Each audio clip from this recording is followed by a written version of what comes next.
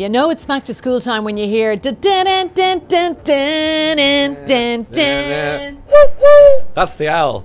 It's back. Aha.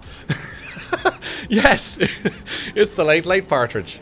You had an amazing season last year, Ryan. We were speaking to you this time last year. There was some guests like Brian O'Driscoll that you really wanted to. You kind of ticked everything on the list. I think it was nearly my favourite season last year. I thought it was really, bar the first, which I thought was particularly good. He says with no humility. It was just strong last year. It seemed to step up a gear, step up a pace. And we did something I really wanted to do. We got people like Brian O'Driscoll, which I wanted in. The Magello O'Donnell thing took us into a totally different zone, I thought. But then we had... Towards the end of the season, I was really happy with. We beefed it up a bit with big interviews like John Wilson, the Garda whistleblower. We beefed it up with people like the Neck Nomination family who told their story with such compassion, and we talked to the likes of Mary Lou MacDonald, who kind of made us quite a splash because of the reaction that she got and the party got then almost electorally. So it was a strange impact season for us. There was a lot of talkability.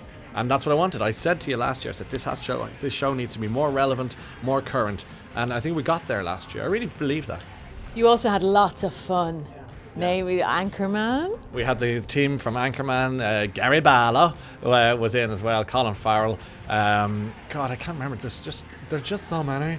But you know, it was just a nice bunch, and the likes of Brendan Gleeson and Donald Gleeson and Michael Fassbender, and you know, this pretty good old list of guests when you put them together. I mean, it's not easy doing 32 weeks in a row of 2 hours of live. It's unheard of in the modern chat show. So you will get on the Late Late Show what you will not get anywhere else. And it's the longest running TV show in ever history for all time. But you did some really wonderful quirky things as well with what you did with Riverdance, and also you got into a tracksuit. I wore a tracksuit. I thought the fun piece was I was going to play rugby with the Carnies before they did the show, so I'd just get a feel for what they do for a living. And then the chat became, the talking point was not the Carnies, it was me, the fact that I actually had or wore a tracksuit, which I have since given back to its rightful owner. The openings, big splash openings again, like the lads from the Irish College, Loughrey-Grant, came on, and as you say, the Riverdance, and we had choirs and everything. I loved that. It's big ticket, big shouty, different, jaunty start to your Friday. It's great, and it's lovely coming back after a summer. People going, when are you coming back? And then people saw me coming in today and went, oh no, it's back.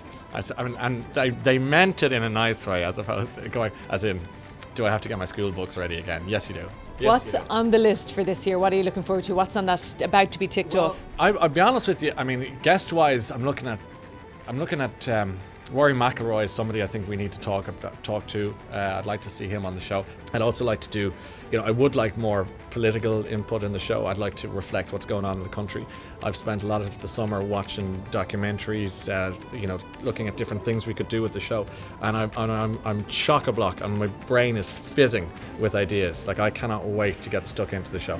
Neither can we. We'd love to hear that, especially, really you're excited. Yeah, I am. I'm excited. I'm in a good place in my world, in my head, in the world order, and I'm ready to go. I'm absolutely fired up and ready to go. Something else you do, you bring a lot of the great stuff from Friday night into morning and to 2FM, so we get to talk about it. The listeners get to listen and interact with you afterwards. That is always a great boost and help, isn't it?